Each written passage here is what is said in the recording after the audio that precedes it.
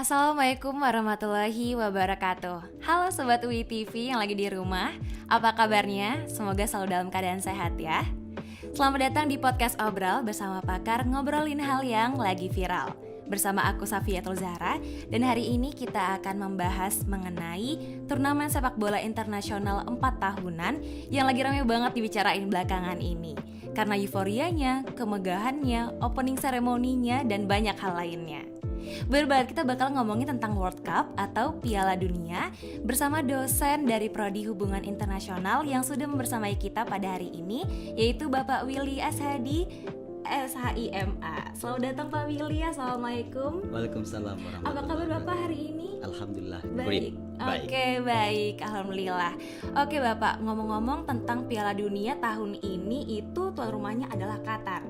Nah aku kepo Bapak, apa makna Piala Dunia bagi Qatar dan bagaimana sih citranya di dunia internasional? Oke, baik. Ini pertanyaan yang sangat interesting ya.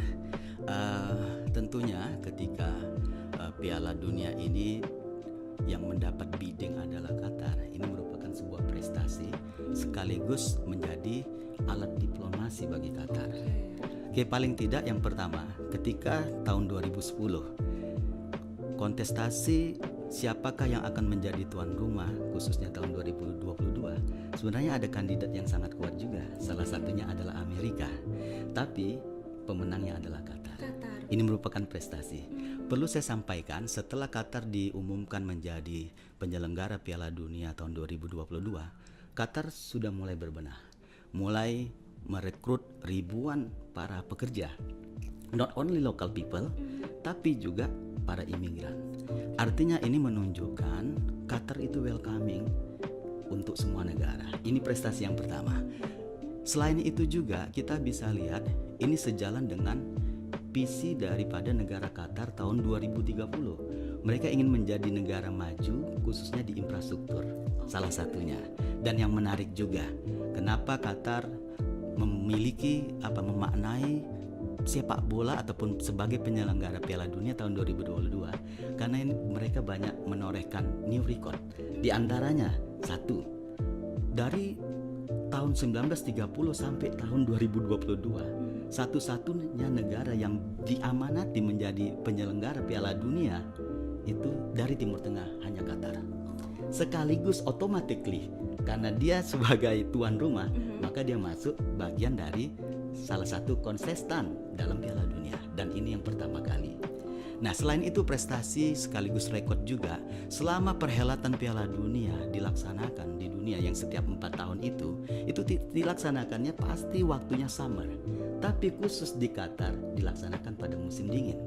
Karena memang ini pertimbangan untuk kebaikan para official, para pemain, karena kita ketahui bersama Timur Tengah cuacanya sangat panas ya. Ketika summer kurang lebih sampai 40 derajat Celcius bahkan lebih. Makanya dilaksanakan tidak seperti biasa. Termasuk juga salah satu yang membuat Qatar ini menjadi menjadikan Piala Dunia pada momentum ini sebuah prestasi. Qatar kita ketahui bersama dia bisa menjalin diplomasi dengan negara-negara yang lain. Ini arti daripada kenapa Qatar menjadi Piala Dunia, dan ini sangat berarti bagi mereka, termasuk menjadi sebagai alat diplomasi. Baik, menarik banget. Dan aku juga kepo Pak, katanya lagi ramai belakangan ini kalau tahun depan itu adalah resesi. Nah, apakah ongkos Piala Dunia yang mahal ini merupakan pemborosan khususnya tahun depan yang menjadi tahun resesi? Menurut Bapak bagaimana? Iya, jadi memang tidak kita pungkiri ya, media nasional ataupun media internasional selalu mengekspos dan menyampaikan bahwasanya tahun 2023 akan mengalami resesi, tidak hanya di negara-negara berkembang tapi di negara maju. Artinya akan ada peristiwa resesi global. Nah, tapi memang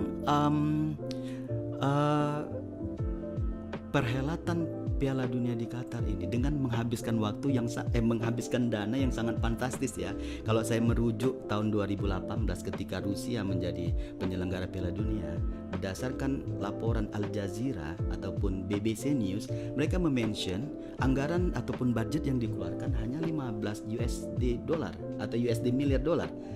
Termasuk juga 4 tahun sebelumnya di Brazil, kurang lebih sama. Tapi ketika di Qatar ini menjadi sorotan internasional, angkanya sangat fantastis, naiknya sampai 1.300%. Jauh ya Pak ya? Berkisar kurang lebih 200 miliar USD. Nah, tapi sebagai kita ketahui bersama dong, Qatar ini kan negara yang secara ekonomi dalam hal ini dia memiliki sumber daya alam yang luar biasa ya. Betul. Tidak kita pungkiri bersama, mereka memiliki minyak. Nah, kemudian dana-dana yang lain mereka akan bertambah lagi ketika perhelatan ini dilaksanakan. Mulai dari kurang lebih 32 negara yang ikut berkontestasi dalam Piala Dunia. Artinya ada potensi pariwisata, traveling, perhotelan, dan ini bisa menjadi income buat mereka. Tapi kita tidak tahu bagaimana perekonomian. Tapi kalau saya membayangkan sebagai orang ataupun pemerintah Qatar, ketika ada tamu yang akan datang ke negara saya, tentunya saya akan memberikan pelayanan yang terbaik. Dan itu juga menjadi kesempatan baik buat negaranya itu. Exactly. Oke, selanjutnya apakah kemenangan dan kekalahan suatu negara itu berpengaruh terhadap hubungan internasional yang mereka jalani, Pak? Oke. Dalam kompetisi bukan rahasia umum, Mbak Zahra. Dalam permainan itu pasti ada menang dan ada yang salah ya, ada yang kalah juga. Nah, oleh karena itu bagi mereka yang menang tentu berbahagia, tapi bagi mereka yang kalah tentu kecewa. Tapi ketika sang pengadil di lapangan, dalam hal ini wasit, meniupkan tiupan terakhir untuk menandai akhir dari game ataupun pertandingan, maka mereka itu kembali akur. Jadi saya ingin mengatakan bahwa sependek pembacaan saya dalam perhelatan olahraga khususnya sepak bola itu tidak mempengaruhi, bahkan yang positif malah. Artinya bisa terjalin hubungan yang baik. Misal ketika seremonial ataupun pembukaan Piala Dunia yang kemarin yang 2022 yang baru-baru saja, pemerintah Qatar mengundang beberapa tokoh-tokoh khususnya dari kawasan termasuk juga dari Turki. Nah, hubungan Turki dan Mesir kurang baik. Tapi ketika pemerintah Qatar mengundang mereka sekaligus, terjadi komunikasi yang baik. Nah, ini sangat interesting. Artinya dengan sepak bola itu bisa menjalin hubungan yang harmonis dalam politik internasional. Betul. Wah, menarik.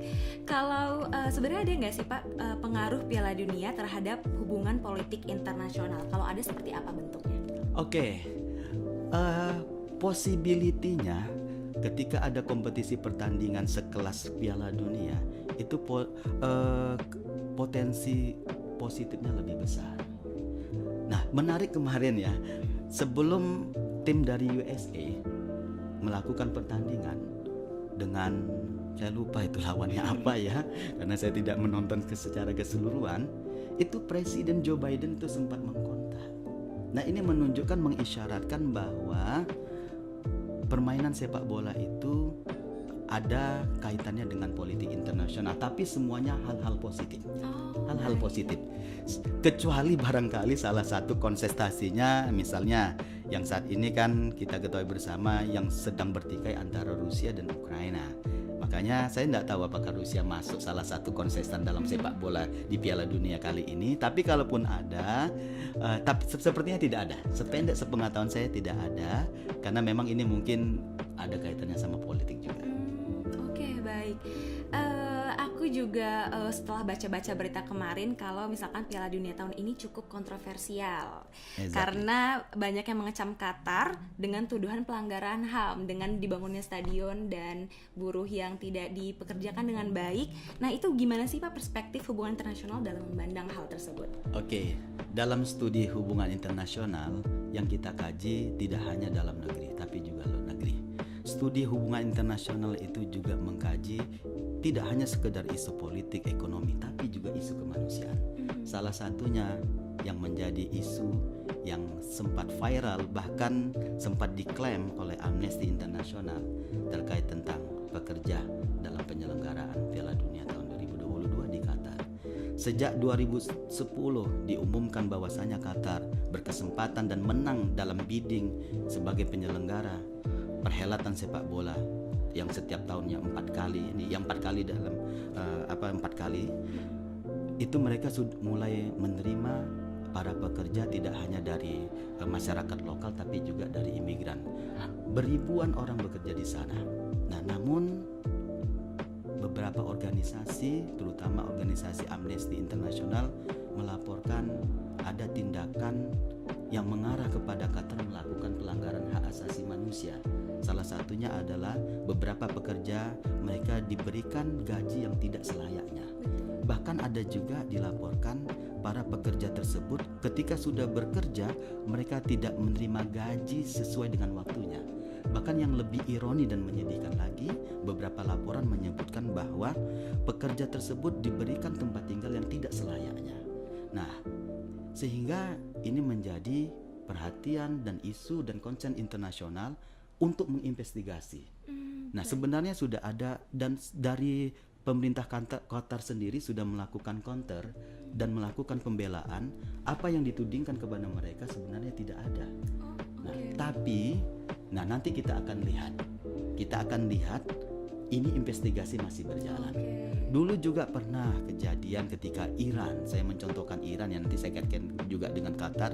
Iran dulu pernah dituding membuat mass of destruction, senjata pemusnah massal, padahal itu dilarang.